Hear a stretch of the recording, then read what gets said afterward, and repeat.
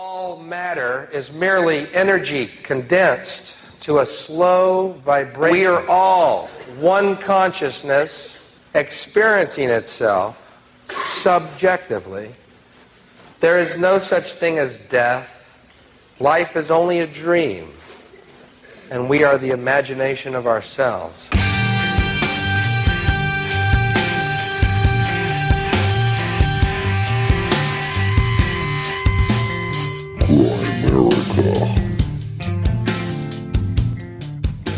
You know, and what I'm saying is that for a lot of reasons, and a lot of the evidence points to the fact that ultimately matter and everything else is just data, and the forces that we interact with are rules about how that data interacts with itself.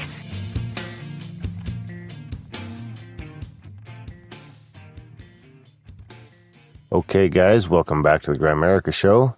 We are going to be chatting digital universe, simulated universe, whatever you want to call it, with a good buddy, Jim Elvidge. We had him on a long time ago. There's probably a ton of people who haven't heard that episode. It was down probably in the first 10 episodes or 15 episodes we did, so you can go back and check that one out. That was how I was cussing a lot. Oh, yeah, you probably swore a lot. I'll put a link in the show notes. First, as always, Graham the boy killer Dunlop. How's it going, buddy? I knew you had to say something about that. We'll get into that. Yeah. I'm doing okay. I'm recovering from a weird cold. From a sneeze gone bad? Yeah. You pulled your back out? No, I sneezed more in one day than I have in the last 2 decades. Something happened. I started sneezing like crazy. You know what? It was after the episode with, what's his name? The Illuminati Satanist. You think he cursed you? Yeah, something fucking happened there. He's going to curse you more now. They call him Illuminati Satanist. You better hope he didn't become a fan of the show. You gave me some fucking mad at you. I'm just being sarcastic, but we did get a warning email from a couple potential listeners. Yeah. Yeah. That's right. So, how have you been? It seems like it's been a while since we recorded. Yeah, I know. It does feel like that. We didn't record on Tuesday, I guess. Yeah. Probably why. So we just got out of a past life, well, what I kind of thought was going to be a past life regression, but it ended up being, I guess it was a past life reading, which was very interesting. What's the difference? The difference, I suppose, being a regression, you get hypnotized? Well, or just you go into a meditative state. I don't think it has to be hypnosis, but you go back to yourself and you have thoughts or visuals or feelings about your past lives or concurrent lives, and this is just somebody giving you a reading. So it's very different. Yeah, it was interesting. It was interesting. It was very heavy, actually. It got pretty serious there for a bit. Absolutely. I wasn't expecting that. And then... so we had 2 ladies come in. You know what was interesting is I was thinking purple velvet, before she went to purple velvet. Really? And then there was another instance. I can't think of it offhand, but there was another... Oh, yeah, when she made Lisa a beer wench. I was thinking beer wench right away. And she said beer wench. See, maybe they're picking up on your thoughts. It did make it weird. So they went around... Or is it a create your own reality thing? Let's just set the setting here a little bit. There was two ladies doing Fuck you. Two ladies doing this reading. They would sort of help each other out and flip back and forth, and they just started. There was 5 of us in the room, and they would just start and go around. So when they got to Darren was a medium, kind of like a traveling roadshow medium, but he was super sexy and busty, and he wore purple velvet robes with a crystal ball, and he like lure people in. He was a vamp. He had a succubus, like energy vampire. But he had the talent of reading people, I guess. Would it be? Or I had the connection, but I used it for evil. Well, not necessarily evil. You just use it for your own good. But apparently you're just whoring around the cities in your little traveling wagon with your low-cut purple velvet busty dress. That's right. Yeah, so we were having a giggle about that until it came around to me, and then it got a little more serious. Because apparently I was a psychopathic boy killer. You tortured him up first, but you weren't really gay. But I was a genius, though. I was a genius, though. The genius boy killer. Yeah. It was funny, as soon as she walked in, she's like, "You're a psychopath." No. You know what she did? She asked me about my shirt right away. So what's with the shirt? I'm like, oh, it's just from a festival. It's like my, what do you call it? Harvest, Astral Harvest Festival. And I was trying to explain to her, it's an art and music festival. And then I guess from that, she got psychopath. Well, you're a psychopath. Yeah. But that wasn't even the worst of it, really. Other people got a little bit more, I think, uncomfortable and embarrassed than we did. Yeah, it was interesting to say the least. A couple of the ladies kind of had entities almost removed from them, right? I mean, it was, it became sort of from the past life reading to like, here, what's going on with you now? And you have something attached to you kind of thing. Yeah, it got pretty deep for sure. Yeah. That was an interesting experience, to say the least. I'd like to try the hypnotic one next time. Yeah. Get hypnotized. I don't think I'm hypnotizable. But you probably are. The chakras are definitely open. Yeah. And that's the thing that Darren learned, that if he smokes dope, apparently it opens up his chakras, which could be a bad thing. My chakras are probably more open than yours most of the time. With your yoga and your trail running, and I'm just like, wing. Oh, that's funny. What was I going to say about that? But I was thinking about Jim Elvidge and his little simulation theory, because we started talking about podcasting with these two ladies, and they definitely are on board with the simulation theory. It's pretty funny. Yeah, They're both like, yep, it's simulation. But when they were reading us, a couple times they would say something which it seemed like they could just peer through the veil into a different reality. Like they were picking up on information. And then you had those two sort of precog feelings about your past life, and they said what you were thinking. So, I mean, it is interesting. Like, it's kind of hard to believe when it's happening, but maybe they have the talent. Maybe people have certain talents and they can do this. Seems like something, right? Yeah. Seems like something's up. I just didn't want Darren looking into the blonde male boy killers from the 50s. I couldn't help but laugh. You like to kill young boys, kill and torture. Yeah, they were all kind of extreme lives, weren't they? Like, do you remember even one of your friends said, "Oh, I want the mundane life," and then it ended up being like Jack the Ripper style. I'm like, what? That's not very mundane. Yeah. Yeah, that was the mundane one.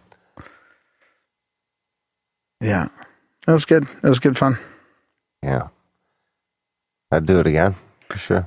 I thought maybe you were a little uncomfortable sitting there through all that. At times. Yeah. I was like, does Darren just want to be somewhere else right now? Or just sitting on the couch listening to other people's like past life readings? Some of it was okay, but it got awkward a couple of times. Yeah. Like I said, I'd do it again for sure. There was some healing though. Yeah, I think there was some healing. I think there was some legitimate healing there. Like, yeah. Absolutely. Yeah. Absolutely. So that was pretty cool. What else you got? What's next? What do you got for me? I want to just say thanks to the listeners for reaching out and sending in letters and art. Oh yeah, we got some art and legitimate like letters to the show, and synchronicities and ghost stories and trip reports. It's been great to hear from everybody. I think we have the best listeners. Like I get the best emails just from people that are just open about their experiences and learning in life, and it's awesome. Hey, you know what? I think it's actually International Podcast Day today. It is. I meant to say it. You're right. September 30th. What are we supposed to do? I don't know. Thank the listeners. Right on. And Graham. That's it. That's it. So since I mentioned the art Susanna sent us, maybe I'll read the letter. We got a beautiful piece of art in the P.O. box. It's got can you describe that style of art, Darren? I don't know what it is. It's like chalk and on a black paper or something. All this colored chalk, it seems like. Kind of like a Sasquatch overlooking this scene with UFOs and moais and like clouds. Surrealism, maybe. Really? What the fuck do you want to say, you fucking fuck? I look like a fucking art critic. Okay, enough with the F-bombs. Well, don't coax me in. Sorry, Jim. Hello, Grimerica. Of course, I really enjoy your show. Thanks for all the laughs, serious introspect, helping me change the way I poo, look at life and the way I feel about Egypt and owls, and even the importance of synchronicity. There are a lot of stories and instances that have happened in life, this life, haha, in parentheses, that have led up to the admiration of awesome interview podcasts such as yours. After watching the Higher Side chats I guess that's probably how she found us, through the Higher Side chat. Maybe. Is that possible? Yeah, it is possible. We had Greg on once. That's right. He might have said something. So here's the story. For one story, my boyfriend and I were sitting... Would you like me to read it? Yeah, you should read No. It's hard to read the handwriting. Sorry, Susanna. But I can't read your writing. We were sitting on this bottom floor balcony one evening here in Galveston on this shitty sulfuric island which the college campus lay on, where everyone had left for holiday time, so it was vacant. There sitting, we were having a drink, chatting, enjoying... Maybe I should try putting it over here. I don't know, where was I? This might give Darren a sneak peek at how hard it is to read letters of the show. There sitting, we were having a drink, chatting, and enjoying the evening, especially since it was so quiet for once. Observing the sky, we glanced over to the left and to the very end of the building, and there was a hovering triangle, orange, dim-lit spacecraft that made no noise whatsoever. It silently glided above us and stopped, then changed direction, where it proceeded back behind the building. I think it was pretty high up there, though. We looked at each other with amazement and curiosity, hopped over the concrete railing and ran, trying to chase this thing. As we started running, it accelerated and eventually disappeared into the stars. I have tried to tell people of this story, and they don't seem to be interested or may look at me like I'm a nut. But really, I think, how come they have never seen one, since there are so many that have, or even been abducted? I feel like the craft was showing only us two that they were there for some reason or another, especially since it changed direction 180 degrees after we noticed it. We were pretty much the only people outside on the campus that evening. Anyhow, stories are fun, and that really happened. Let me know how the lucid dreaming comes along. I've really had one amazing experience, but that is a different story. Got the help from the teachings of Carlos Castaneda, which I hope you have read, at least one of the books. Also the Shaman's Don Juan by Carlos Castaneda. Yeah. Shaman's Garden website sells herb dreaming teas. Oh, what's that? Herb dreaming teas? Yeah. Do you know what kind? I don't know. No, I don't know what kind. Do you know what website she said? Shaman's Garden. Okay, I'll put a link to that in the show notes. So, and then she's going on a canoe trip. And good luck on your canoe trip. Good luck searching for Bigfoot. And thanks for the letter and the painting and the support. Yeah, beautiful. Yeah, awesome. And what a sighting. Wow. Yeah, how's it going, eh? Oh, that's like a life-changing That's like mine. sighting. Mine changed 90 degrees. Really? But yours is just a tiny light in the sky. Yeah, that's right. Just a lame one. Yeah, that's why I'm not so off the deep end like you. Profound UFO quote of the week. He tried to trick me because he knows I wasn't set up for the UFO quote, but I did pull it up at the last second. The old X-Files background again. I got to get that going. Oh yeah, that's a great one. Yeah. Why don't you have that? I just never got transferred over to the soundboard. Really? And yeah. I always used to edit it in and post. Oh yeah, that's the best jingle probably we have. Yeah. So this is a profound UFO quote. I must admit that any favorable mention of the flying saucers by a scientist amounts to extreme hearsay and places the one making the statement in danger of excommunication by the scientific theocracy. Nevertheless, in recent years, I have investigated the story of unidentified flying objects, and I am no longer able to dismiss the idea lightly. That's a paper on exobiology presented at the first annual Rocky Mountain Bioengineering Symposium held at the United States Air Force Academy in May 1964. That was Dr. Frank B. Salisbury, professor of plant physiology at Utah State University. Utah? Utah. You thought I thought a pussycat? Got any synchros? Lucid dreams? Yeah, well, yeah. I got a couple really good synchronicities from listeners. You want to do that? Yeah.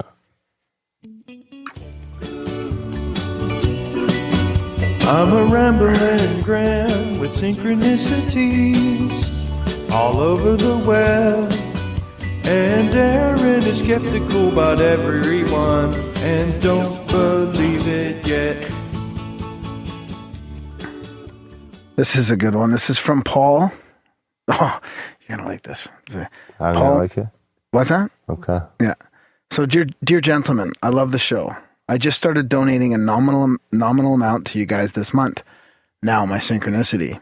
In July 2015, I finished my PhD. I like how he mentions that first. Just, he knows the system. Butter Darren up with a donation. So he says, in July 2015, I finished my PhD. It was a long and very difficult journey, mainly because I was diagnosed with severe ulcerative colitis halfway through my candidature. As a side note, I've done over 125 fecal microbiota transplants, FMTs, i.e. shit transplants or transfusions. Under the guidance of the world... Did he write transfusions? Yeah. Huh. Under the guidance of the world FMT leader and total legend, Professor Thomas Borody. Disease-wise, I'm doing well.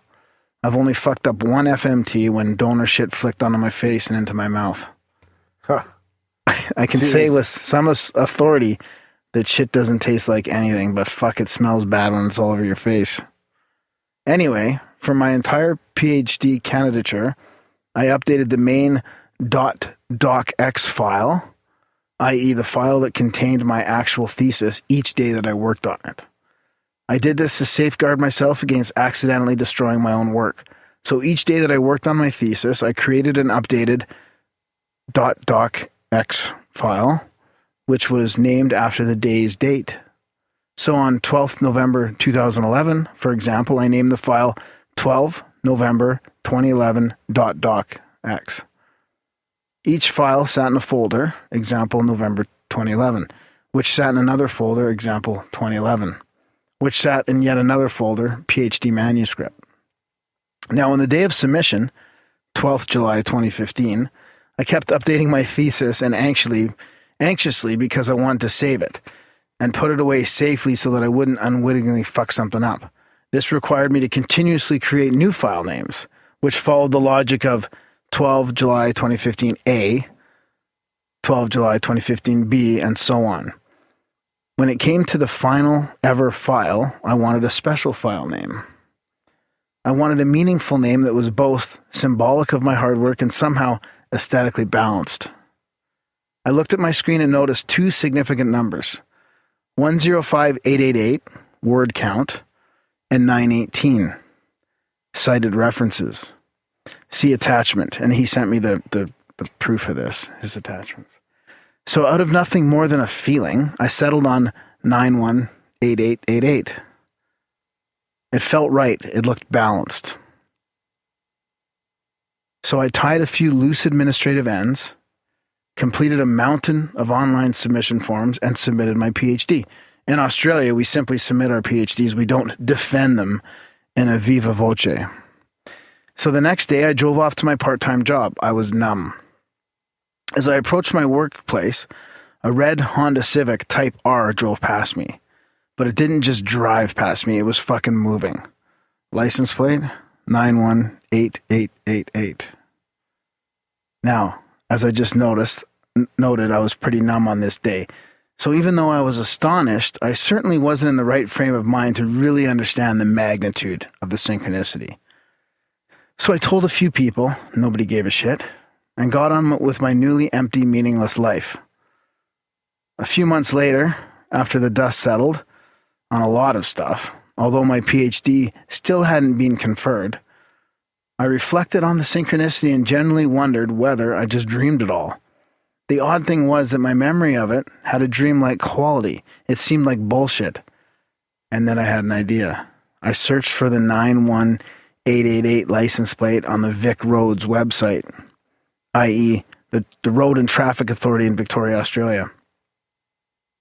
I quickly discovered that the license plate did indeed exist, and fuck me, it belonged to a red Honda. I'm not sure why, but my feeling at this point was genuine unease. Nevertheless, more time passed and I continued to work at the same workplace, and each day I quietly hoped for my PhD result. Then, sometime in March 2016, I can't remember when, I saw 918888 again in the very same place on Pasco Vale Road that I'd seen it the first time. Once again, it was moving pretty quickly.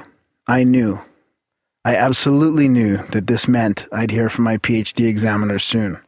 And I did. Not the next day, which I expected, but a few days later, maybe a week. My PhD was conferred, job done. I've not seen 918888 again. I don't want to, but if I do, I'll be sure to use a little guy as a signpost. Thanks, guys.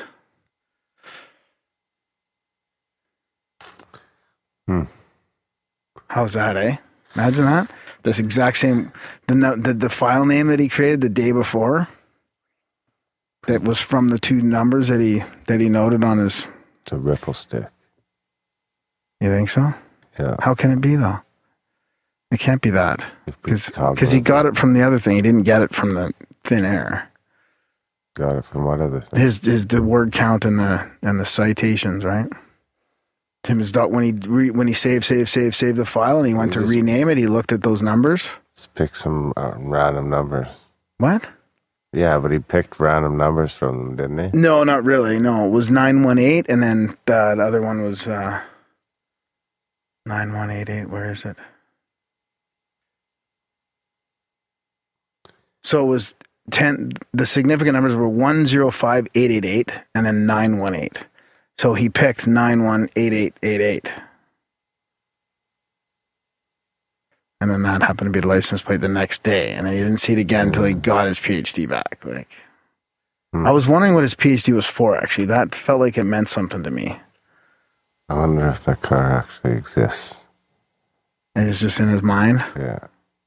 He looked it up on the website. Maybe. It was the red Honda. What do you mean maybe? He's lying, you think? Have you ever seen Fight Club? No? Well, yeah, but I don't remember it. No, seems genuine. I'll give it a 8.6. Wow, that's a big rating from the third-party synchronicity rating authority. Well above average. The Canadian third party. Yeah, good one. That's way above average, buddy.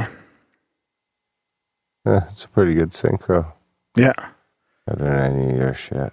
Do you want me to keep going? I got another one here of a synchro if you want to stick with that, and then we can save some of the other stuff. Sounds good. You want to do another jingle or no?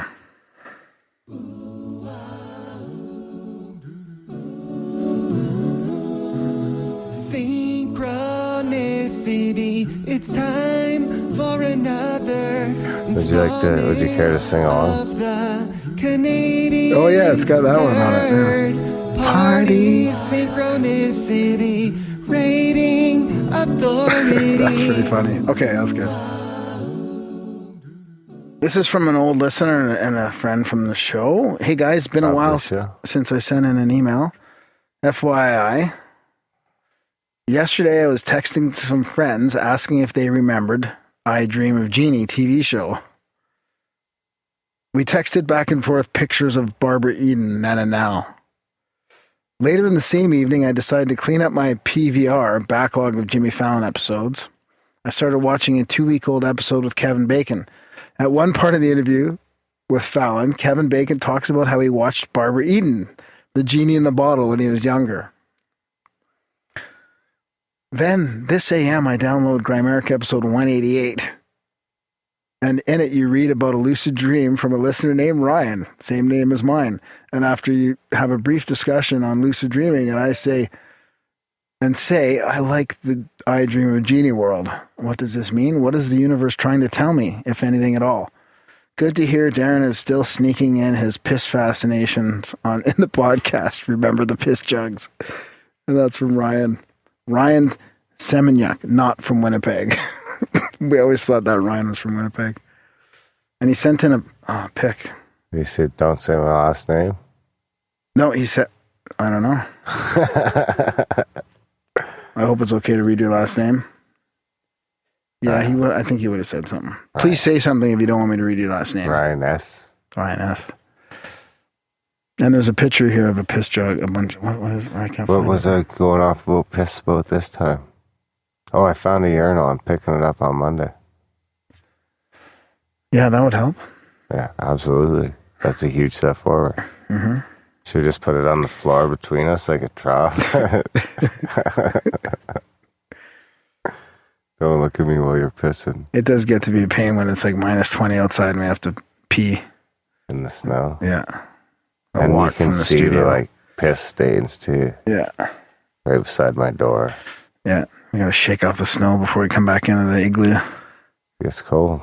It's cold down here. Speaking of which, check out grimerica.ca/support for all the different ways you can keep us ad-free, commercial-free, sponsor-free, affiliate-free. Well, we have some buddies, but I wouldn't call it. We don't have any affiliate bullshit. No. No bullshit. Just Graham's bullshit. And, yeah.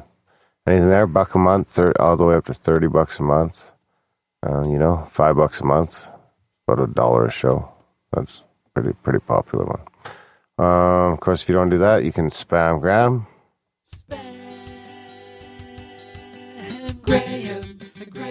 Or you can sign up for the newsletter, sign your friends up for the newsletter, grimerica.ca/news. Review the show on iTunes especially, that helps. I'm sure that helps us get guests. Like, I'm sure that when we send emails out and the guests look us up and if they see all the good reviews on iTunes and they're genuine reviews, not just fake bot reviews, it's I think it's very helpful. Yeah, grimerica.ca/iTunes for that. And we have a PO box too, right? Send us something if you want. That's contact. Yeah. There's a swag, grimerica.ca/ is it swag? Yep, it is swag, yeah. All these links are in the show notes for everything. That's right. Yep. So what else you got? Anything else? No, I think that's it. We have time for one more. So. One more what? Anything. Anecdote? Do you have an anecdote? Graham is an all-in believer in chemtrails. Well, I got a great video sent from you got a lot of backup. From Jeff. You actually got a lot of backup on that chemtrail. What are you talking about? People attack me. Really? Yeah. Wow. The chemtrail thing's got to be the most polarized debate yet. I mean, there's a lot of polarized stuff, but yeah, the chemtrail's one of them. It's pretty crazy. You get shit. And even half our guests are just like all in, or they won't have it. Like, it's crazy. But Jeff sent me a great video. I guess I'll link to it, and I got to put a note in the show notes here. But it really talks about, it's only about, I think it's a half hour maybe. It's a Skywatcher documentary, and it talks about how the contrails are still there, but they're actually mixing with some of the stuff that's in the atmosphere from cloud seeding and stuff like that as well. And it creates this whole layer. It's pretty interesting. It's not very conspiratorial, but it's not necessarily fully, like, I don't have the backup and the facts behind everything he says, but you only got like 50 minutes through it because you said it was dry. I'm like, I don't know how you thought it was dry. It was very interesting and technical, and I thought you would have liked it. No. Why? I don't know. I'll try again. I was pretty tired. Yeah, I mean, I would like to do another episode of or a little thing with the Senate report and do some more patents and stuff like that. Let's get away from the Senate report. It's really interesting. Oh, let's just get past that. Or well, let's get to something newer than 1970. Let's not report on 1970 Senate reports. Really? Yeah. Okay. We'll start getting into some of the patents that were created recently. There you have it. And you sent me a link on, I think it was from Facebook or something, Google Docs from one of our listeners that sent you a whole collage full of stuff about weather modification and all that. and chemtrails. That's right. Yeah. Right on. I'll put that link in the show notes. All right, guys. Yeah, I think that's about it. Enjoy the chat with Jim Elvidge. He was feeling under the weather, but he powered through. Yeah. Turned out to be a great episode. Yeah. Thanks, Jim.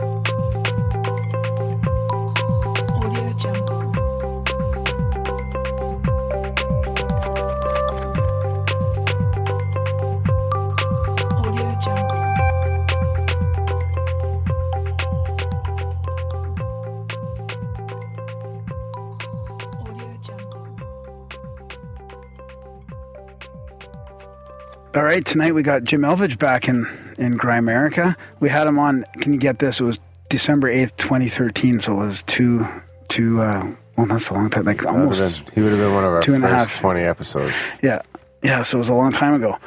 So we're back. He's got a book. He's working on another book. When he was in the first time, we talked about The Universe Solved, which is his book that was a couple years old at the time. He's working on another book, and we'll be getting into like digital consciousness philosophy, and basically whether we're living in a simulation or not. It's really fascinating stuff, and it's really good timing because for some reason over our last few episodes, this topic keeps coming up over and over, whether we're talking about like electric universe stuff or different types of theories. So it's really good to have you back on, Jim. How you doing? I'm doing great, thanks. Really appreciate the opportunity to get back on here. No problem. Yeah, it'd be good too because the show's come a long way since last time too, so there's probably about a lot of people go back, but still probably to about half of our listeners, this is like the first time. And this will entice them to go back and listen to the first interview, guaranteed. Cool. Great. Yeah, no, you're absolutely right, too, about this popping up more and more often. I'm seeing it all over the place, and it's like, mainstream scientists and mathematicians are kind of jumping on the bandwagon now. Elon Musk said something about it. Neil deGrasse Tyson has an opinion on it now, and now people quote them, and it's kind of funny because they're, they're a little Johnny-come-latelys to this whole idea, but it's still good to see it go kind of mainstream. Yeah, exactly. That was kind of one of the things that we wanted to ask you about. Because I think of Bank of America. Yeah, what is that? What are you talking about? Bank of America just said something about, they gave some odds, and it was like 20 or 30%, I think. Yeah, that completely baffled me, and they also referenced Nick Bostrom, as they should, and Tyson's statements and Elon Musk's statements. So I think I don't understand why Business Insider would have an article about whether or not we live in a simulation, but I thought it was pretty interesting that they put that out. So does that mean that you still get more and more attention from your work as well? Is that helping? Yeah, I think so. There's been probably an uptick, I think, in interest in the book and a lot of interaction with people about different ideas and so forth. I try to keep in touch with as many people as I can about this, either on a Facebook page, on my website, on my blog, taking comments in and everything. So it's a pretty interesting field, and so many ways that we can go and talk about it too. Just the whole word simulation it's like other words like God and things like that conjure up a particular image, and then people just kind of run with that, and they assume, oh, well, that's what we mean. We mean simulation like the Matrix. We've got some evil AI overlord or something like that, and that's not necessarily what we're talking about here. Yeah, or simulation as in fake, I guess, would be another one that might come up for people. Right. Yeah. So I was definitely. Yeah. I was gonna say, as in regards to some of these mainstream guys, and does this theory, does it seem to be fitting well or overlapping with the multiverse theory? Like, because you hear about that as well more and more now, right? I mean, mainstream scientists saying that, the possibilities are that we live in a multiverse with some sort of infinity or some sort of holographic universe. So I guess it can still fit in with those, right? Yeah, yes and no. I mean, that's really a great question. In one sense, the whole MWI, many worlds interpretation of quantum mechanics is, I think it's really kind of fallacious. It was basically come up with by Hugh Everett, great scientist.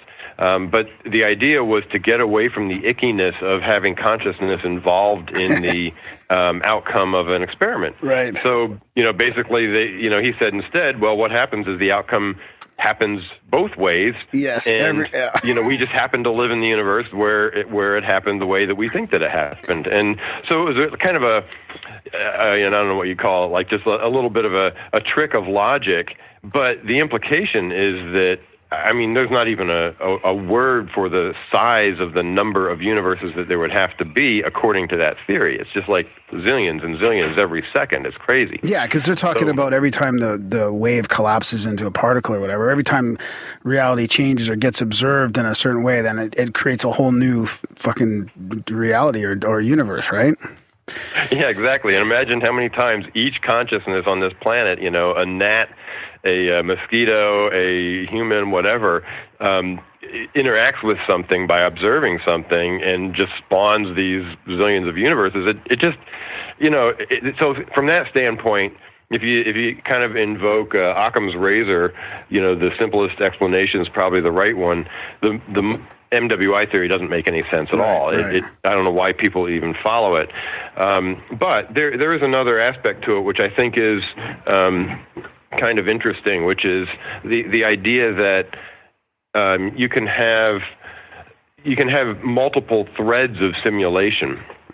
So, for example, let's say from now going forward, we want to see what happens if I decide to do this, or what happens if I decide to do that. Well, if the universe is constructed in such a way that it plays out those things in some sort of data stream, and then you can make a decision based on that. Your consciousness can make a decision based on what's good and what's not good. Then there is some validity to the whole multiverse idea, to the parallel reality idea.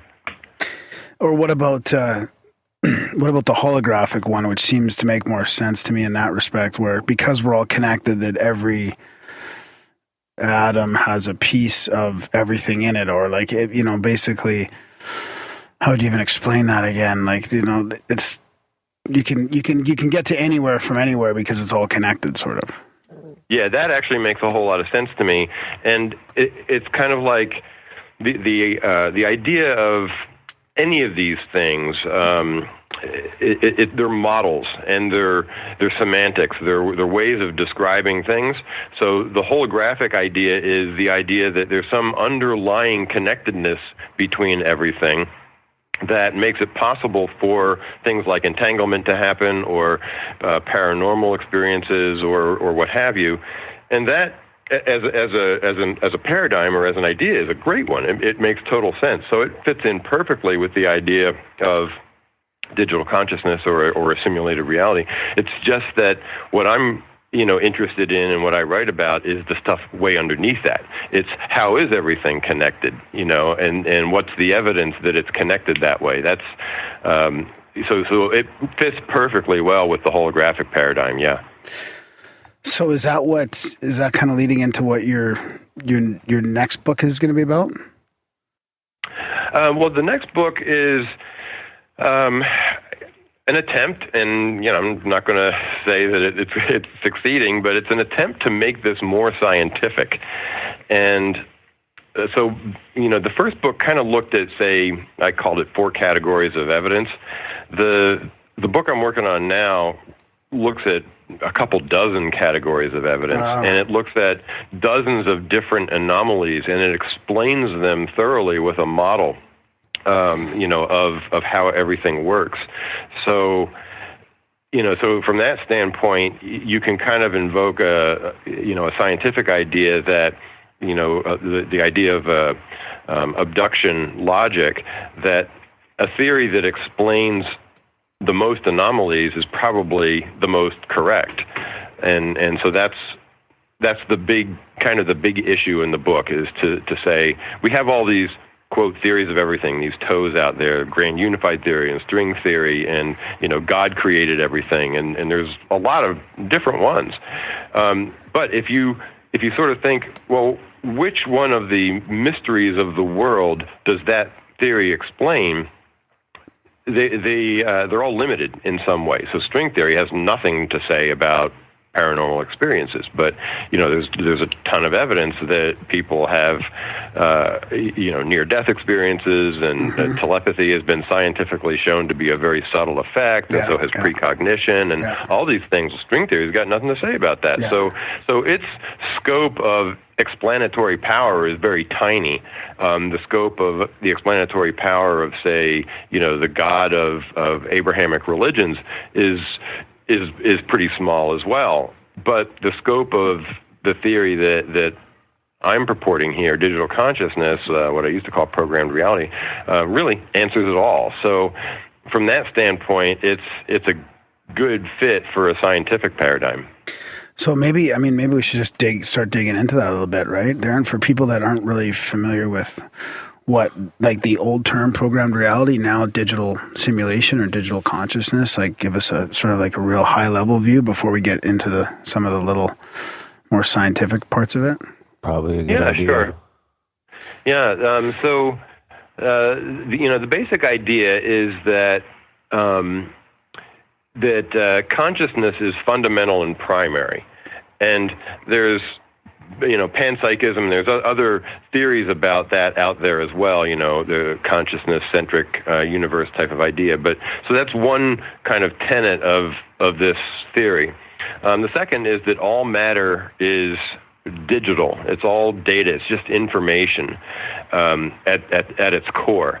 And this is a controversial one, but it's only controversial, I think, because people associate data with computers and with the idea of something being cold and calculating and artificial, like you mentioned before. But that's not the case. What we're talking about is what's the fundamental construct of reality. There's only two choices. Either it's continuous or it's discrete. Either it's, analog or it's digital. Those are kind of two sides of the same coin, each of those things. So, and what I'm saying is that for a lot of reasons, and a lot of the evidence points to the fact that ultimately matter and everything else is just data, and the forces that we interact with are rules about how that data interacts with itself. So that's sort of the physics side. The consciousness is fundamental and primary. Feels a little spiritual, but it comes out of the whole theory. The third tenet is that the reality that we're experiencing today, the conversation we're having now, the desk in front of you, all that is illusory. It is a simulation of sorts, and it's designed for us to learn and to evolve our consciousness. And then finally, the system, all that there is, the big thing, the whole enchilada is digital, and it consists of the aggregate of all of us individuated consciousnesses plus this reality simulation, and it's driven by like a fundamental rule of continuously improving itself or evolving. And I do have to say right up front that a lot of these ideas Tom Campbell has come up with. His view of this, I think, has helped shape my view as well. I mean, we're kind of in lockstep on this, but some of these were his ideas before mine, so I just want to give proper credit there. Give the big toe a shout out. Yeah, absolutely.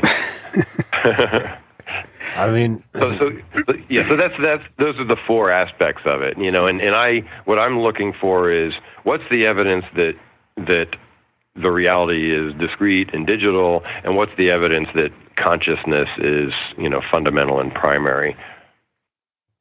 Go ahead, Darren. I was just, it almost seems like once we finally get matter down to its fucking essential element. Down to the nitty gritty, it might just turn into a 1 or a 0. Like it's a yes or no, on or off. Well, when you think about it, I mean, and this is something I wrote a blog on a little while ago. It might have been after the last time I was on the show, but back in a couple hundred years ago, everybody thought that atoms were the ultimate building block of matter. And then so theoretically, if you took a bunch of these little spherical billiard ball-like things and jammed them together, you'd have some pretty dense matter, but it would still have a little space in between it because they're spherical, right? So it would be sort of like 75% material or stuff. I use the word stuff. 75% stuff, and then 25% empty space. And then in 1911, Ernest Rutherford and others did these experiments where they found that most of the atom was actually empty space, and what was, the concentration of the stuff, the material, was in the middle where there were protons, and they later found there were neutrons too. So at that point, the density of matter in an atom was 1 part in 10 to the 15th, which is like a quadrillion or something like that. So it's really very tenuous, just an atom. And then in the 60s and 70s, quark theory said, you know what, these protons and neutrons that we have, they're actually mostly empty space. They consist of, quarks that are much, much smaller, and we can measure their cross-section. And so in reality, an atom, is really 1 part in 10 to the 30th, which is equivalent to like a grain of sand in the entire Earth. Okay, so it's that level of tenuousness. And now the string theorists go even further, and they say, well, really, those little quarks and everything, they're just vibrating bits of string, and how wide is the string? It's a Planck length wide, which is 10 to the minus 35th or whatever. And if you do the math, they're saying that matter is really 1 part in 10 to the 52. So it's like every 60 years we lose another 20 orders of magnitude of the density of matter, and you just kind of look at the trend and say, well, where is this going? Where it's going is that there is no stuff, that that there doesn't need to be anymore.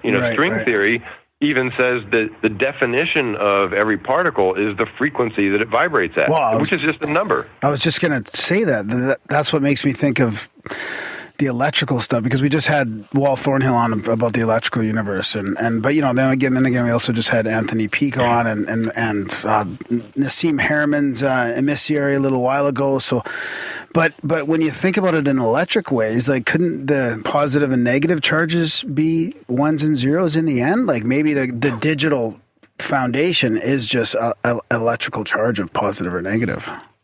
Well, yeah, in a way. Although I think it's probably deeper than that. But even something like spin value on a particle.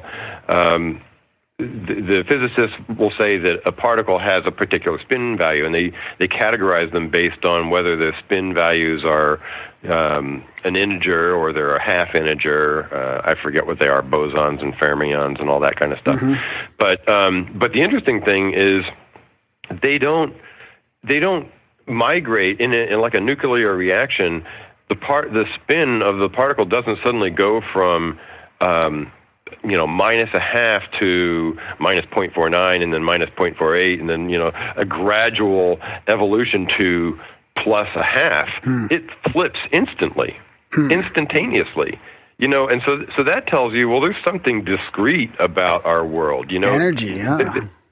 Yeah, I mean, there's no other example of anything in a continuous world that flips instantaneously like that. So I mean, to me, that's evidence too that things are discrete or digital, deep down. Wow. There's no intermediate states between these spin values. And that's just completely anomalous if you have this idea of a continuous space-time. So do you think that would lend more to the idea that, like a Matrix style, that we have a sentient brain someplace or something like that, or we're just experiencing a reality that's digital, or is it more like could it just be like I almost liken it to like information on my computer, like those ones and zeros. To me they're just ones and zeros, but do those ones and zeros need to have some form of consciousness just to actually get out of bed in the morning and perform their job? Well, as Tom Campbell would say, consciousness is organized bits. And I like that model. I mean, he's basically saying that the complexity of all that there is a huge level of consciousness, and some people might call that God or the mind of God or whatever, and that we are part of that. And what's interesting is that this isn't any different than what spiritual beliefs have said over the millennia. And Hinduism, Buddhism, shamanistic beliefs around the world, almost all of them say the same thing, that we're all part of this bigger entity. So that you could say, well, that's an illusion, and there's really some matrixy type of uber brain out there that built this and controlled it. But that theory, which I call the simulation theory, because that's what people are used to from Hollywood, that doesn't explain things like spiritual experiences that people have. And it doesn't explain near-death experiences. It doesn't really explain precognition. There's no reason for those things in a matrix type of simulation. So I think more likely, I agree with Tom, that the whole system itself is the kind of brain of everything, and it's a little bit agnostic to how it evolves. Like the idea of continuous improvement or evolution is that it'll try something, and if that works better, it keeps on doing that. If it works worse, it stops doing that. And so it's going to constantly improve itself. And what it's probably figured out is that by dividing itself into a number of conscious entities and giving those conscious entities the same continuous improvement, fundamental rule, that it evolves faster than trying to do it all by itself. I don't know if that makes any sense. So it's almost like if you have a bunch of thumb drives plugged in your external hard drive, so it lessens the load? Kind of. The analogy I use is, let's say you want to raise the temperature of the ocean by a degree. You could put and let's say there's no dispersion and all those kind of heat loss types of things. You could put a big heat lamp at the beach and turn it on, and it would take like a zillion times the duration of the known universe for it to raise the ocean by a degree. So that would be a stupid and a brute force way of trying to do this. But if you divided it up and said, well, we're going to put a heat lamp at every square meter of the ocean surface and turn that on, well, that's going to work better. It's still going to take much, much longer. But if you said, and I've actually calculated out how long these things take, which is kind of stupid, but you could also then say, well, we'll put a heat lamp at every cubic meter of water, and then your ocean will heat up within an hour or something like that by a degree. So it's much more effective to divide and conquer, to break a big consciousness like what people might call God, or what I call all that there is, and what some people call a global consciousness or something, to break that up into little pieces, which are you and I and our cats and our dogs and mosquitoes and all that stuff, and let them go and learn and evolve through experiencing a simulated reality like we're in right now. And as we all evolve, then the bigger system also evolves.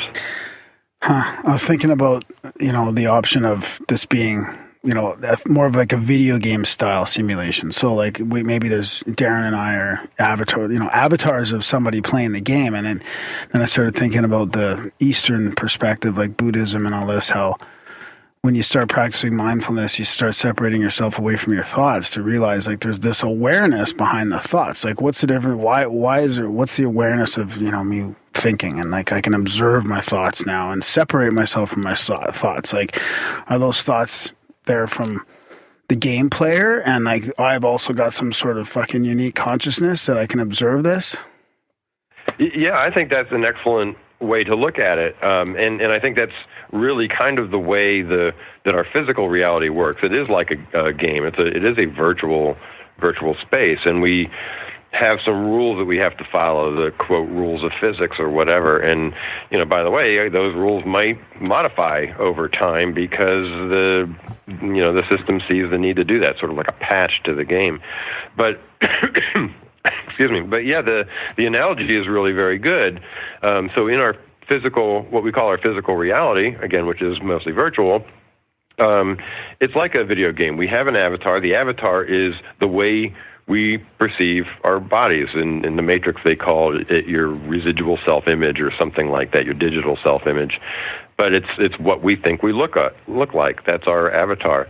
And, imagine if you were in a very immersive video game that fooled you into thinking you were part of reality, like the imagery was so perfect and the sounds were so perfect, and you were able to set aside your memories somehow so that you didn't remember the time before you started the game. You'd have no way of knowing, and then maybe through meditation you'd pop out of that experience. You'd say, well, gee, I'm somewhere else. I'm not this avatar in the game. I'm somewhere else. And that makes total sense because it takes meditation to quiet the mind and get rid of all the crap that's zipping around your mind that has to do with this physical reality. And once you get rid of it, now you can tap into where you really are. And for all we know, that's exactly what happens when you die. You just pop.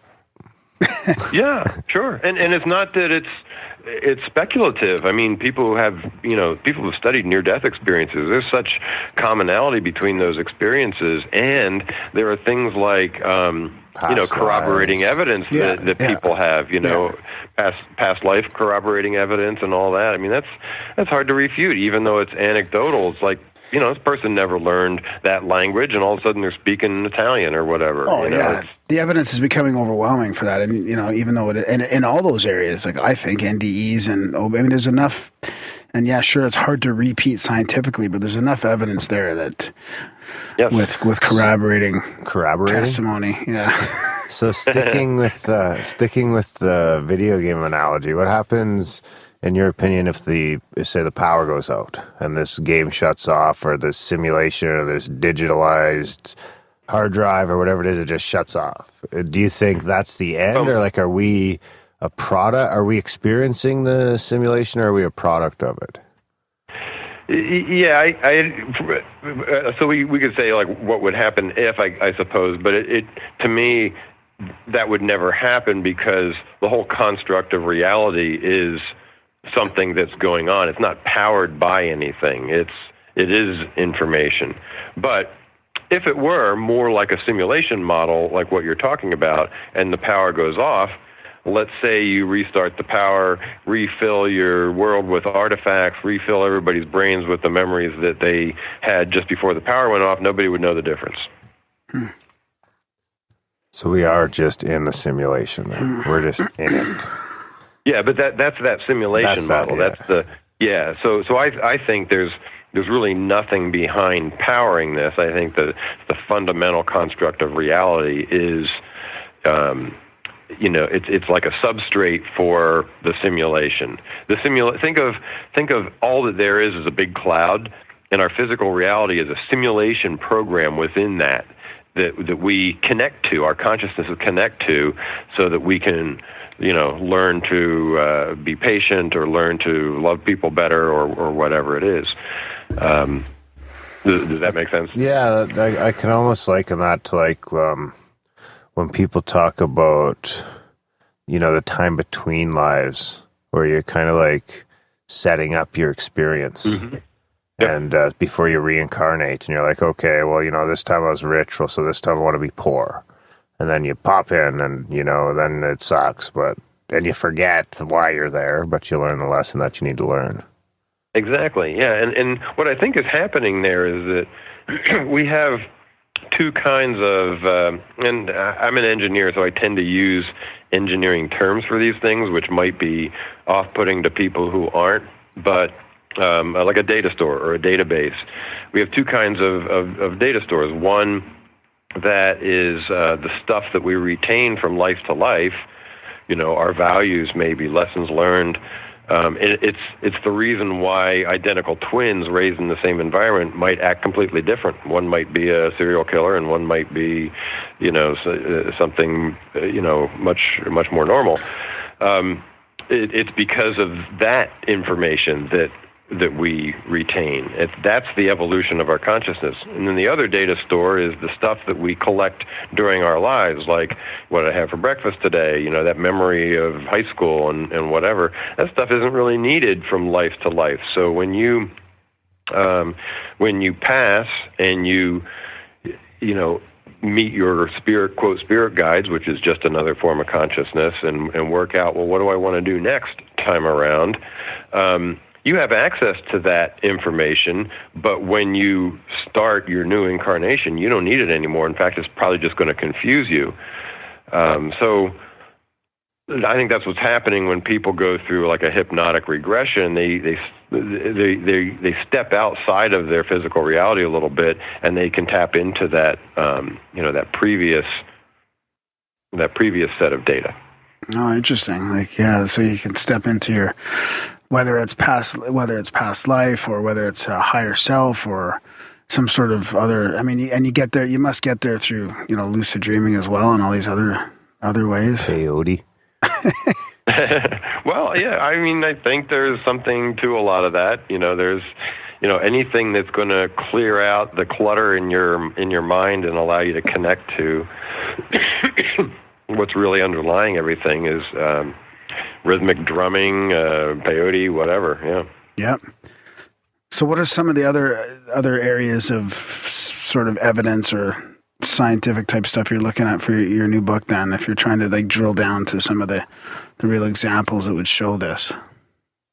Well, I mean, I do spend a little bit of time on the kind of physics of the nature of reality, and it's actually a pretty big topic in the physics world. There's people who argue vehemently on both sides. Yeah. And there are things like, if you assume a continuous world, then you have to assume that everything has infinite resolution. So if there is such a thing as infinite resolution, then matter would implode into the little black holes below the Planck scale level. You get small enough, everything's going to implode. We don't have any physics that explains that. Relativity and quantum mechanics can't coexist without a discrete theory. Loop quantum gravity and string theory are the only ones that can, make those two, fundamental theories work together. What was the first one you said? Loop quantum gravity? Loop quantum gravity. Yeah, and both of those only work with a minimal length scale. So, just kind of looking at the physics of it doesn't make sense. But then, you also think about just the nature of creating such a reality. I'm not saying that there is a creator out there, but if it created itself, no matter how it got formed, it would take an infinite amount of resources to create a truly continuous reality. But a quantized reality takes a finite number of resources, and so you ask the question, why would the universe be either designed or why would it evolve to be so inefficient? It doesn't make sense. So I think logically speaking, that's an argument for why things are discrete. A lot of quantum mechanics theorists say that it's just a sequence of states, that nothing happens in between the states. So that's also a perfect model for a discrete or digital world. So a lot of things there. Huh. So what about outside of physics? I mean, this could take you anywhere, right? Have you checked out biocentrism or biology or chemistry? Like what? I mean, it must be hard to stop going down the rabbit hole trying to tie all this together. Yeah, it is. I've read the biocentrism book, and that's one of the ones that I mentioned is sort of a consciousness-centric idea, and it does fit in very well. The other thing is there isn't any evidence at all for continuous reality. Max Tegmark, who's a famous, and he's a guy I really respect because he's an open-minded thinker. He's made the point that we've never measured anything in physics to like more than 16 digits, and there's no experiment that's ever been carried out where the outcome depends on the idea of this true continuum. So there's really no evidence for a continuous reality. It's just that that's the way everything seems because the discreteness is so much smaller than our observational level. It's kind of like you walk around a city, things look flat. The Earth looks flat to you. It's not until you get way out that you realize that it's round. Oh, we'll get some letters about that. Or it could still be flat. Yeah, no, it just stays flat no matter how high you go, Jim. It's flat. Yeah, right. That's a glitch in the Matrix. Well, you talk about the glitches in the Matrix. What would account for some of those things? I don't know. Have you followed any of the Mandela Affect examples that have been going on over the past few years? The Berenstain Bears? Yeah, funny enough, I was just talking to a guy at work. I was trying to explain it to him just today, and I was like, I can't really do a good job. And then I thought, actually, we're talking to Jim tonight. I'm going to have to bring it up. So You know what's funny is I just got, my mom sent me, she saved all 28. Because I have the whole Berenstain Bears collection when I was a kid. Yeah, I learned how to read on Berenstain Bears. Really? And she shipped them out, and I just got them like 2 days ago. And they all say stain, right? And they all say stain. See, and so the guy at work, I asked him, because this is, I did want to get into this, even though I'm sure some people are bored silly of it, but it is pretty interesting because I agree with the Berenstain one for sure. And the guy at work said the same thing. So that's pretty heavy. A lot of the other ones that don't resonate with me, but there was a new example that came up that I was sure of as well. The James Bond? I don't think it was that one. Well, do you guys do you remember the movie Moonraker? Yeah. So in that movie, there's a scene where Jaws. Remember, Jaws was the big henchman with the metal mouth. Yeah. And there's a scene where he's in a cable car in Rio, and the cable car smashes into the cable car structure. And this young girl young woman helps pull him out of the rubble, and she pushes this big wheel out of the way, and he looks at her, and he grins with his big mouth full of metal, and she looks at him, and she grins with her braces, and they instantly have a connection and fall in love, and the music swells, and then they walk off together, and all of a sudden he becomes a good guy after that. Remember that? I do. Oh, well, go take a look at the movie now. She has no braces. What? She has no braces. No. Yeah. I swear she had braces. I know. Isn't it hard to believe? So what is going on? So that's another good example. And then the Berenstain Bears one, just for people that haven't heard of it, is this Berenstain Bears was spelt at the end STAIN, I guess, right? That's right. But I remember it, and everybody else remembers it as STEIN. So what is going on? It really is hard to just believe that it's just everybody's stupid and it was that way. Because even when I look at it, when I physically look at it, it doesn't look right either. It doesn't look right. So, but the problem is, I think with this, just like all these other phenomena, is it's filled with stuff that I don't know if the people are stretching now or, I haven't even heard of a lot of it. Not that means anything, that we haven't heard of it, but do you think that it's getting stretched out a bit? You mean the idea that people are looking for these kinds of things now? Yeah, and all the examples, if you read the top 10 examples, some of them are like, they're, I don't know if they're really as legit as Jaws or Berenstain.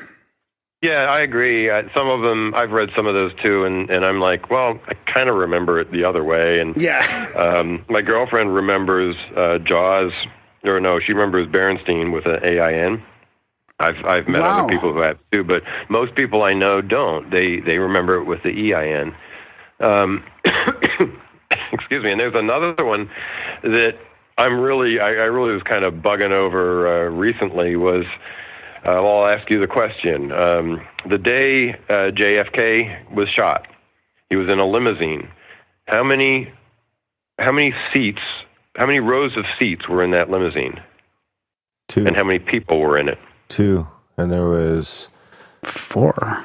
people in it. Yeah, But well, that's what I thought. But if you go back and look at anything now, the Zapruder film, anything, you'll see 3 rows of people.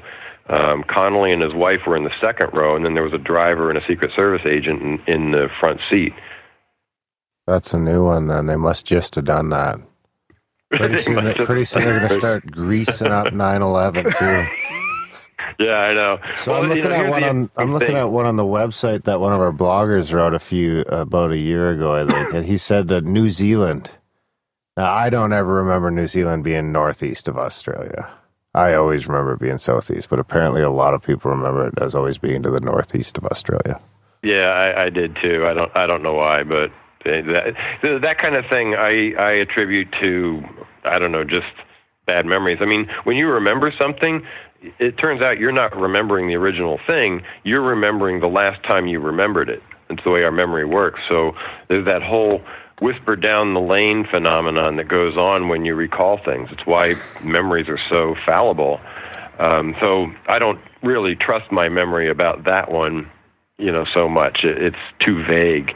But the dolly without braces, the interesting thing about that one to me is, like, with the Berenstain Bears, they've basically, the system has basically rewritten all the artifacts. There's no evidence at all anywhere that it used to be Berenstain, except for, people who might have tried to Photoshop it in and claim that, here's a picture of one. but with the Jaws and Dolly and the braces, there is evidence. Actually, there's a few. There's the fact that the scene doesn't even make sense anymore. It was a joke before. People laughed at it because they both had mouthful of metal. Now there's no reason to even have that in there. So the whole point of that is kind of evidence that it used to be different. And also, somebody dug up a BBC obituary of Richard Keel, who played Jaws, and in it they said, they referenced the movie when he was with this girl who had pigtails and braces. So, and this was written in 2014. So it's almost like, the universe isn't quite cleaning everything up right now. It's leaving little, more evidence that it's soft than even before. You know what I mean? Yeah, because it's only partially cleaned up. Yeah. Yeah. So and then there's the whole Star Wars one too, they'll right? Clean that up in the next update. Yeah, in the next iOS. It's just they're like, right. we're creating more glitches, not less. You're supposed to be cleaning it up. Steve Jobs died.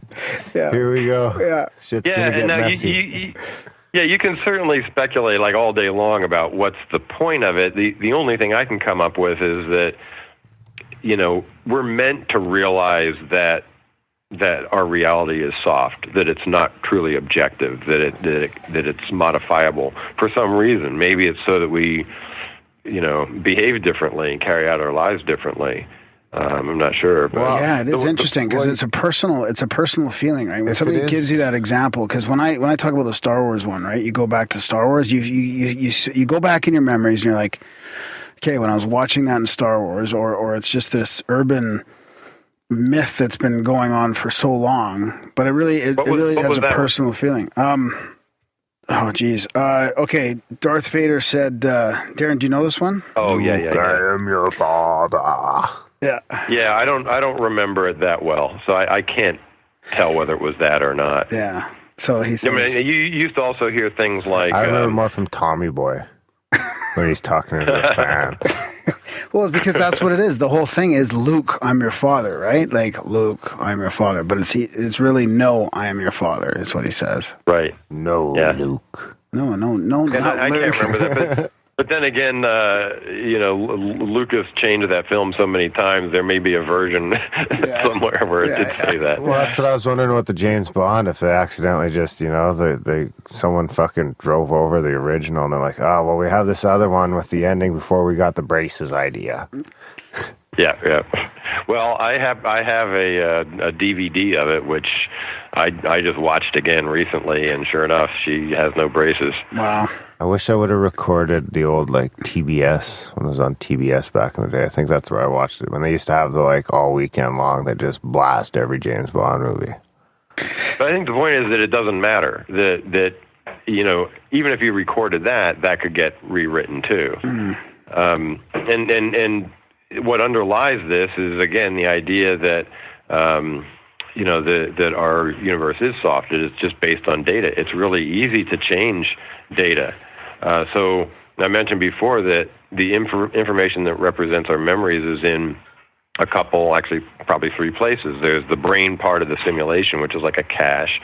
There's a temporary part of our soul record, which we lose when we die. This is the, your sort of life history.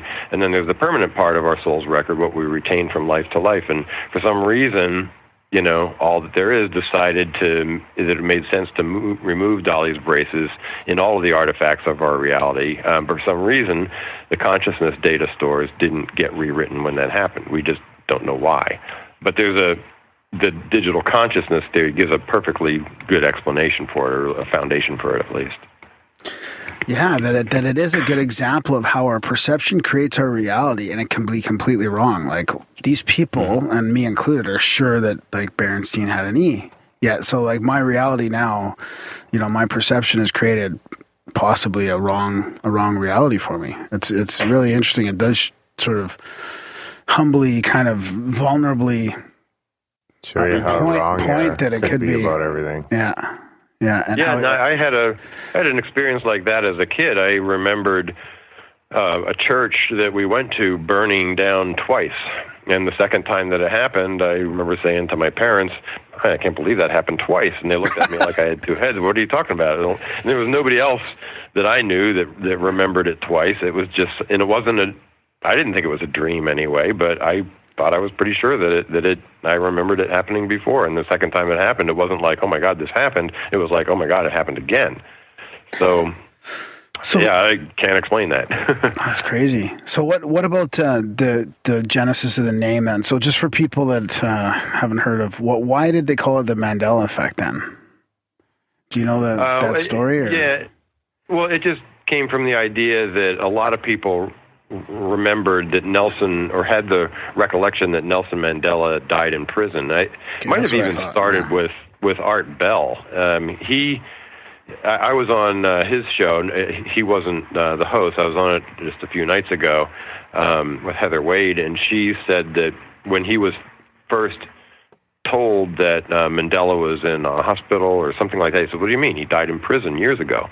So he had that belief, and then a whole bunch of people said, hey, I remember that too, and so I think that might have been sort of the origin of that that effect. Wow, that's great that it started in one of our all-time favorite late night talk show hosts that we used to listen to in the 90s.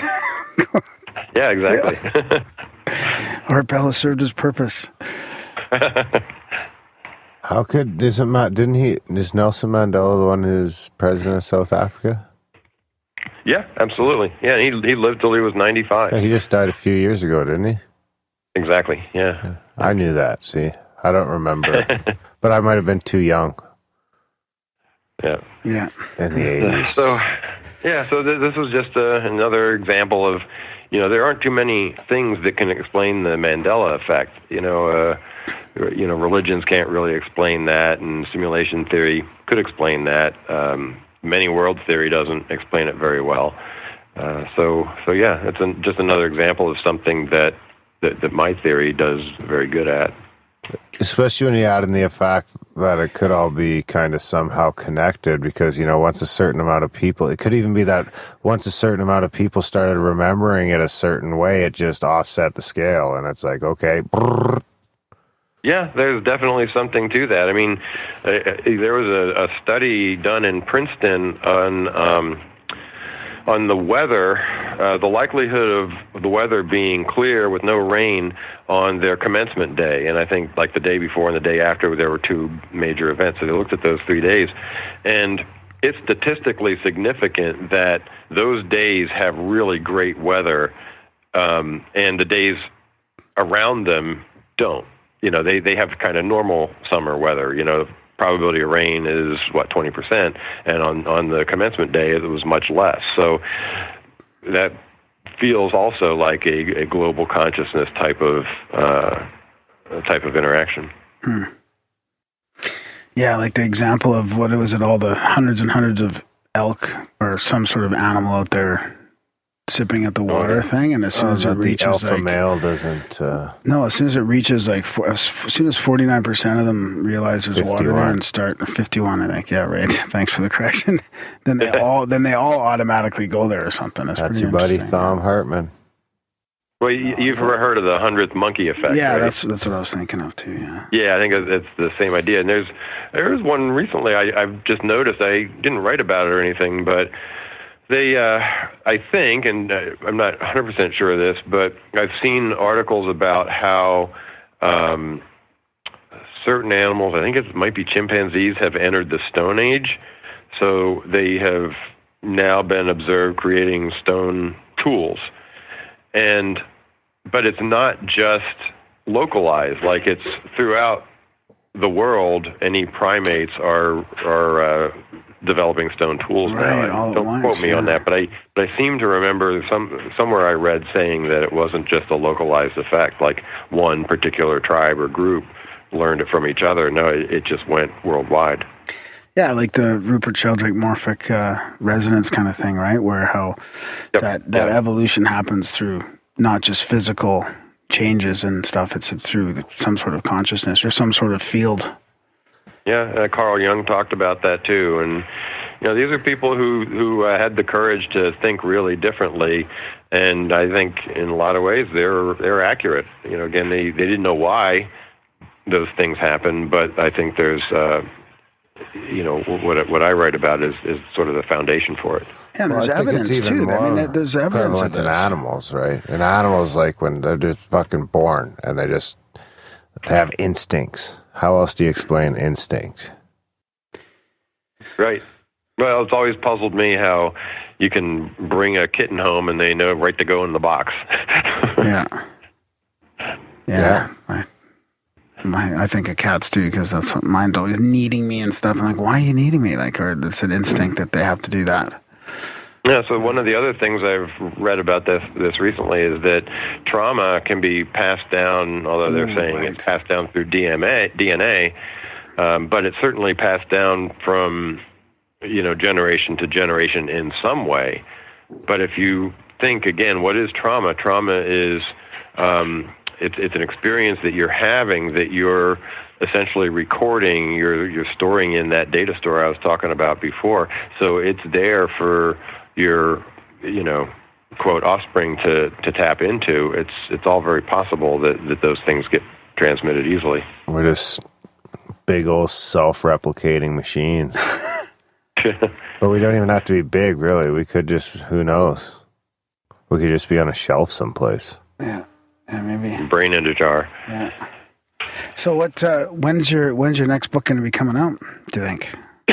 Excuse me. Well, I was hoping to get it out by the end of the year, but I'm a little slow on it. It's all finished right now, but in the sense of I finished the final chapter, but there's so much cleanup to do, and then it's shopping for a publisher and doing all that. So it'll probably be sometime into next year.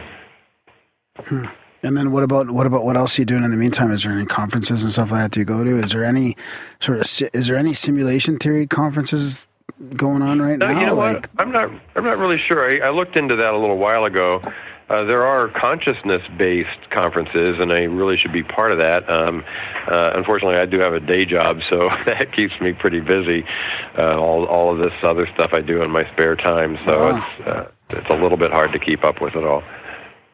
So we know the feeling. Yeah, exactly. Exactly. You guys come home and do this, right? Yeah. That day job seems to have helped you. Like, what you're a signal processing engineer or something like that? I mean, it seems like it fits into your whole field, though. Yeah, it really does. The digital signal processing aspect of it was, my college focus, and then, in my industry, it's high tech. So I've been working with computer systems forever, and writing code for a long time. So I kind of see how things work, and I can kind of relate to how some of these anomalous things, work in our world. One example is, the idea of entanglement. Entanglement's a total mystery to people, but it's not if you recognize that those particles, their definition, their position, and so forth, come into existence when we observe them. They get their attributes at that point, and this is sort of the implicate order. This is underneath the holographic view. So they get their attributes, and now you can separate them as far as you want because their attributes were based on the same, quote, random number generator or finite state machine or whatever that underlying computational mechanism is. They're going to work in lockstep going forward, no matter how far apart you take them. They don't have to communicate with each other. So that all makes total sense, but unless you know what finite state machines are and how computer systems work, that idea might completely elude people. What about quantum computing? Is that like when we sort of start to master quantum computing? Do you think we'll be able to run any sort of simulations on any sort of scale to what we'd be experiencing? Well, maybe. I mean, I do kind of agree with Nick Bostrom's point of view that we are going to get to the point where we can create simulations that are indistinguishable from reality. So, I can foresee a World of Warcraft type of thing that's totally immersive. It's 15 years away, probably. Yeah, geez, who knows even? I mean, they're already pretty advanced with some of the VR games. I mean, you can step right in and be immersed completely, and it's just starting. Like, it's really just like a year or two old, so it may not even take that long. Yeah, they sure are.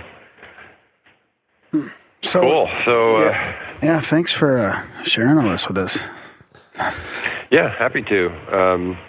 Thanks for having me on. It was a great set of questions. You guys obviously have thought about a lot of this stuff before. Yeah, well, we're just winging most of the time. This is the stuff we ponder on, though. Yeah, totally. Yeah, well, it's fun, isn't it? It's better than the daily grind.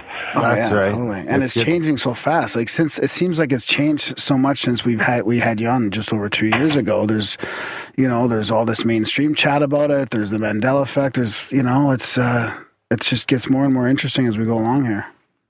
Yeah, it really is. And actually, that's an area where my day job is about, helping companies adapt to rapid changes.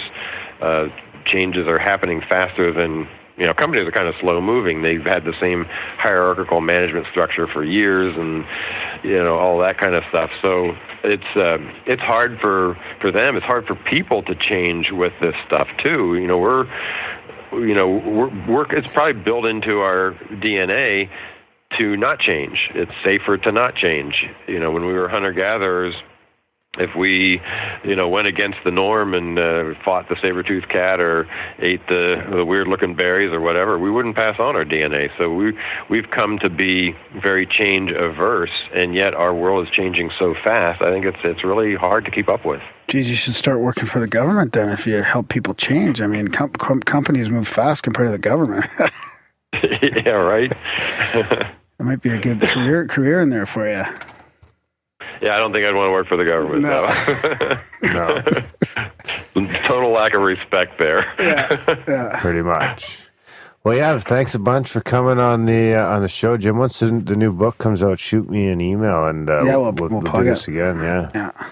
Absolutely. Yeah. Thank you very much for having me. It was great. All right, buddy. Take care. Okay. I hope you feel better soon. Okay. Take care. Okay. Bye-bye. And that was our chat with Jim Elvidge, 2.0. 2.0. Another mind-blowing chat. Yeah, interesting. Yeah. It was a fun one. Yeah. It's too bad he was under the weather. Would have been a good one to go a couple hours. Yeah. He's must be interesting for him, though, being sort of writing about this stuff and then having people like Elon and... That's 3 years ago we were talking about. These guys talk about it. Elon. Yeah. Yeah, it's good.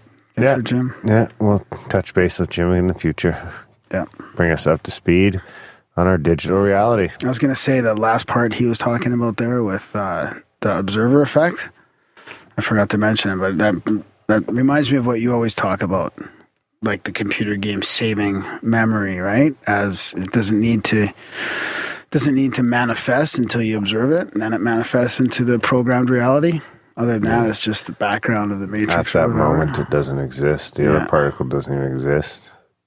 Huh. And then once you observe them, they're changed to, and then they're infinitely attached. Sure. Anyway, big thanks to Jim for coming on the show. Big thanks to you motherfuckers for listening. Check out grimerica.ca/support. Check out all the different ways you can help us keep having these chats. Oh, I meant to say in there as well, there's the show notes. For all the stuff we talked about will be in there, like links to all the stuff. So I was going to say it while we were chatting with Jen, but sorry to interrupt you, buddy. I forget what I was talking about. But yeah, support the show. Yeah. Grimerica.ca/support. Yeah. Sign up for a monthly. Make a one-time donation. Help us keep this ship going ad-free, sponsor-free, and 100% listener-supported. Yeah. Sign up for the newsletter, grimerica.ca/news. Get your Grimerica swag, grimerica.ca/swag. Spamgram. GRAHAM at grimerica.com. Tweet. Yeah. You can tweet Darren. Instagram's a good way to get a hold of us. Yeah. Instagram's doing pretty good. Like the Facebook really page. Cool art on Instagram. Leave the review. Tell your friends about the show. I think that's about it. Thanks for listening, guys, and we will see you next week.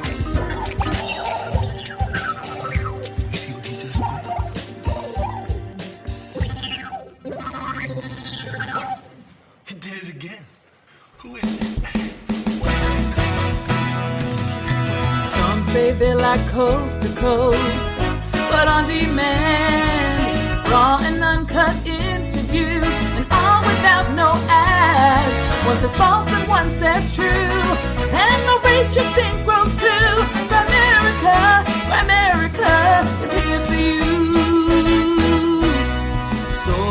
from the listeners.